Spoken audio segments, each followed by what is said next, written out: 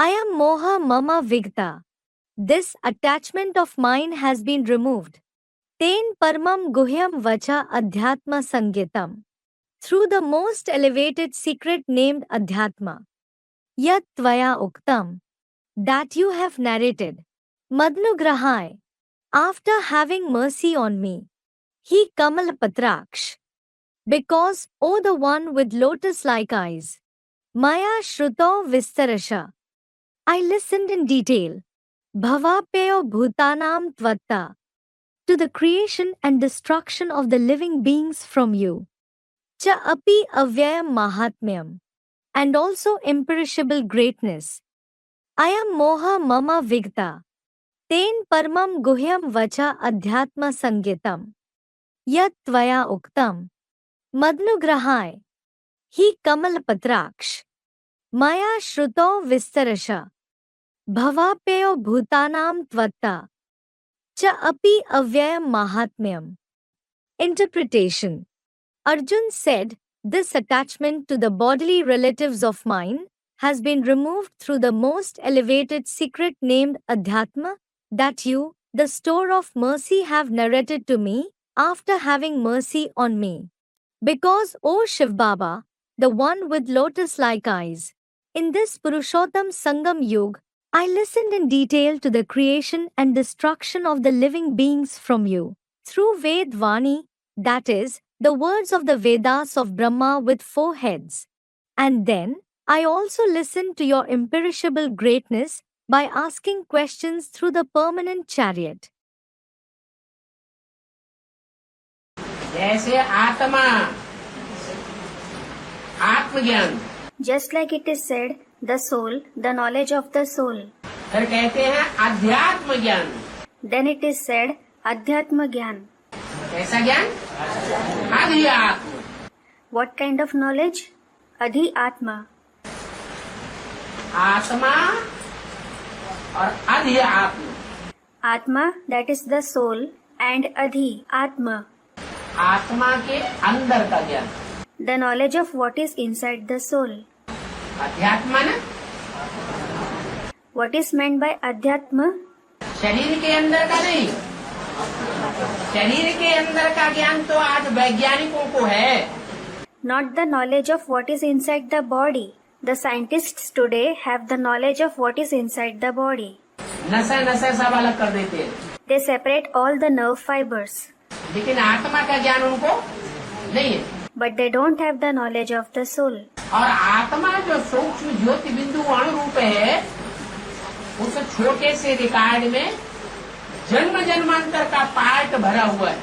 The soul, which is a subtle point of light in the form of an atom, the part of many births, is filled in that small record. उस part का ज्ञान हो जाना माना अध्यात्म ज्ञान. To have the knowledge of that part means Adhyatma Gyan. क्या? What? आत्मा के अनेक जन्मों के आदि मध्य अंत का ज्ञान हो गया. If you receive the knowledge of the beginning, middle and end of many births of the soul, कम से कम अपनी आत्मा और अपने बाप की, at least of our own soul and our father, तो कहेंगे अध्यात्म ज्ञान. then it will be called Adhyatma Gyan. जो बाप नाले जा करके कल्प कल्प समझाते हैं, वो कोई नई बात नहीं है. The knowledge that the father explains after coming in every kalpa isn't anything new. हाँ, इतनी नॉलेज है कि उसमें गुह्यता आती जाती है. But yes, the knowledge is such that it becomes deeper gradually. बाप कहते हैं, मैं तुमको गुह्यतम ज्ञान सुनाता हूँ. The father says, I narrate the deepest knowledge to you. जैसे मनुष्यों की लिखी हुई गीता में कहा है, Just like it is said in the Gita written by human beings, गुह्यात गुह्यतरम ज्ञानम. Guhyat Guhyataram Gyanam, that is, the deepest or the most secret knowledge. तो गुह्यराज बाप आकर के समझाते हैं. So, the father comes and explains the deep secrets. आत्मा की ही समझाने देखो अभी तुमको कैसे मिलती है. Now look, how do you get the explanation of the soul itself? इतनी छोटी सी पिचकरी आत्मा, The soul is so small, tiny, उसमें इतना 84 जन्मों का पार्ट भरा हुआ है, but it is filled with so many parts of 84 births.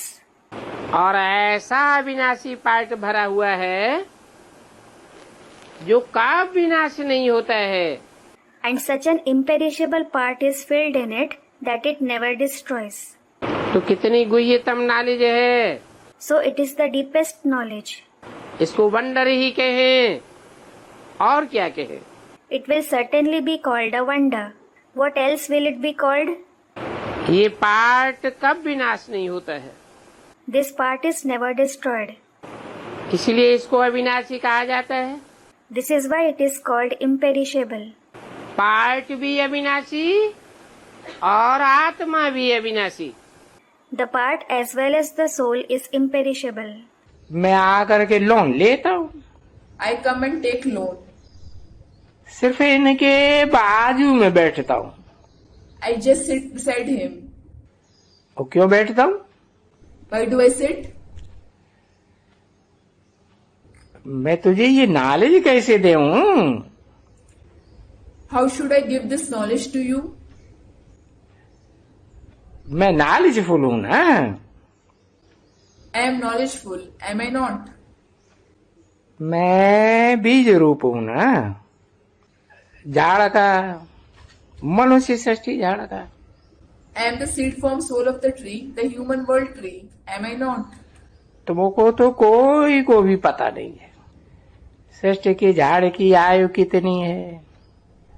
ये सृष्टि का झाड़ कैसे उत्पत्ति होता है, कैसे पालना होती है, कैसे विनाश होता है, कोई को भी मालूम नहीं है। No one knows how long the duration of the world tree is, how it originates, how it is sustained, and how it is destroyed. No one knows it at all. तो फिर जरूर मनुष्य को मालूम जरूर होना चाहिए। Then people should definitely know it. कोई जानवरों को तो मालूम नहीं होना है ना, Animals won't come to know of it, will they?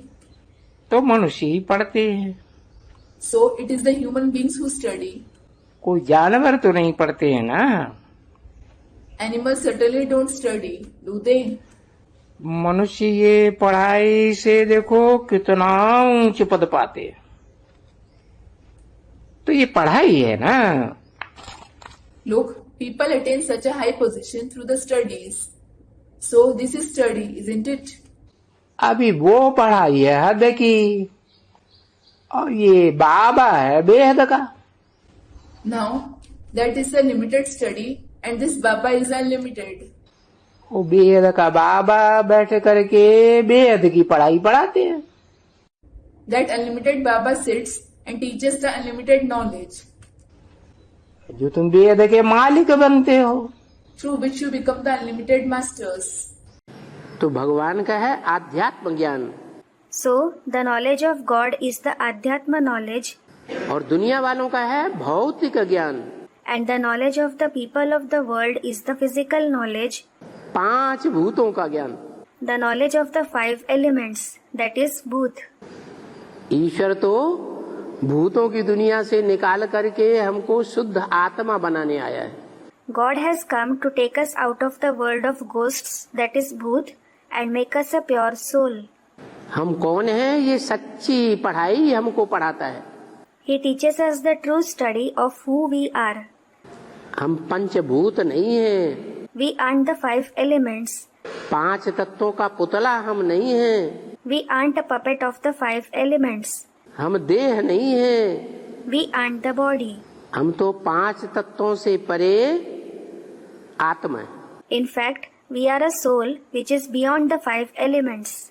लेकिन जन्म लेते लेते अनेक जन्मों का सुख भोगते भोगते आत्मा इन 5 तत्वों के वशीभूत हो गई है।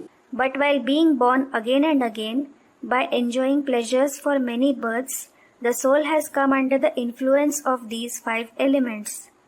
तो वो आध्यात्म ज्ञान देने वाला हमको इन 5 तत्वों की वशीभूत होने की प्रक्रिया से दूर ले जाता है। So, that giver of Adhyatma knowledge takes us away from the process of coming under the influence of the 5 elements.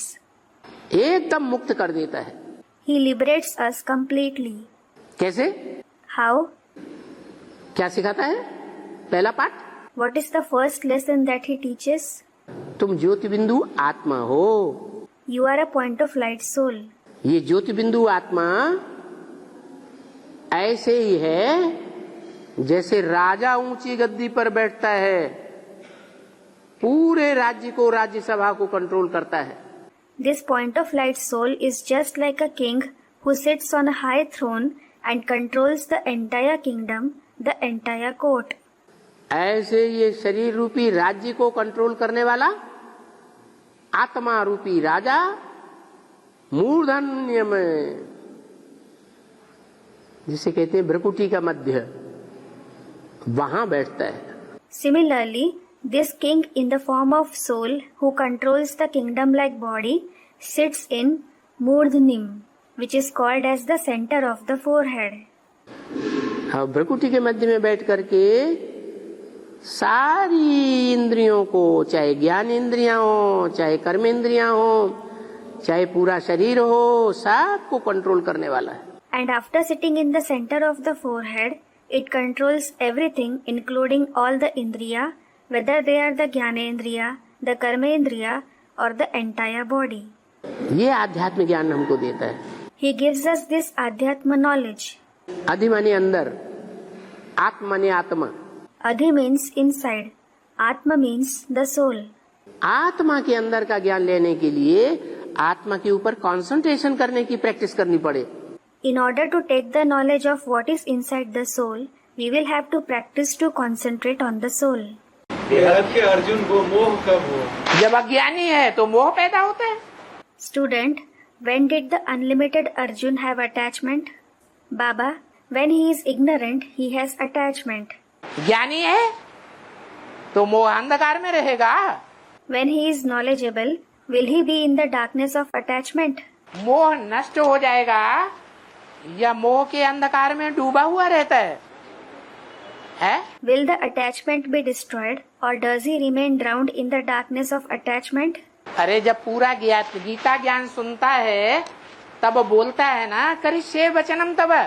Are, when he listens to the complete knowledge of the Gita, he says, Karishye vachanam tav, meaning, I will obey your order, doesn't he? मैं आपके वचनों को पूरा करूंगा। I will fulfill your words. ज्ञान बुद्धि में नहीं है तो अज्ञानी है। When he doesn't have the knowledge in the intellect, he is ignorant. अज्ञानी होने के कारण मोह में फंसा हुआ है। Because of being ignorant, he is entangled in attachment. पहले अपनी देह का मोह, Firstly, attachment to our own body. देह के संबंधियों का मोह, देह के पदार्थों का मोह, ये बना रहता है। Secondly, attachment to the bodily relatives and things related to the body persists. हर आत्मा नंबरवार अर्जुन का पार्ट बजा रही है। Every soul is playing the part of Arjun to a greater or a lesser extent. That is number one.